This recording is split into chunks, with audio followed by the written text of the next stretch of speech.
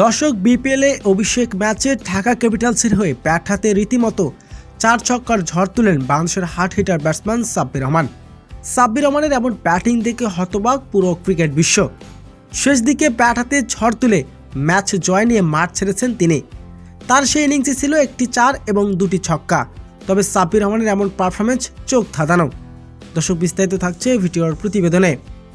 দর্শক বিপিএলে আজ ঢাকা ক্যাপিটালসের প্রতিপক্ষ রাজশাহী। তবে এদিন টস জিতে আগে ব্যাটিং করতে নেমেছে রাজশাহী। তবে তারা আগে ব্যাটিং করতে নেমে নির্ধারিত 20 ওভার শেষে 8 উইকেট হারিয়ে সংগ্রহ করেন 132 রান। সেই লক্ষ্যে ব্যাটিং করতে নেমে শুরুটা ভালো হলেও শেষ দিকে হতাশ করেছেন ঢাকা ক্যাপিটালসের ব্যাটাররা। 98 রানের মধ্যে 5 উইকেট হারিয়ে ফেলেন তারা। এরপর ক্রিজে আসেন সাব্বির রহমান। সাব্বির রহমান যখন ক্রিজে আসেন তখন দলের 5 উইকেটে নেই। তখন দলের জয়ের জন্য প্রয়োজন 25 বলে 35 রান। ম্যাচটা খুব কঠিনও ছিল না এবং ম্যাচটা খুব সহজও ছিল না। তবে ব্যাট হাতে রীতিমতো 4 ছক্কার ঝড় তুলেছেন সাব্বির রহমান। সাব্বির এদিন খেলেছেন মাত্র 10 বল, করেছেন 21 রান। তার সেই 21 রানের ইনিংসে ছিল একটি 4 এবং 2টি ছক্কা।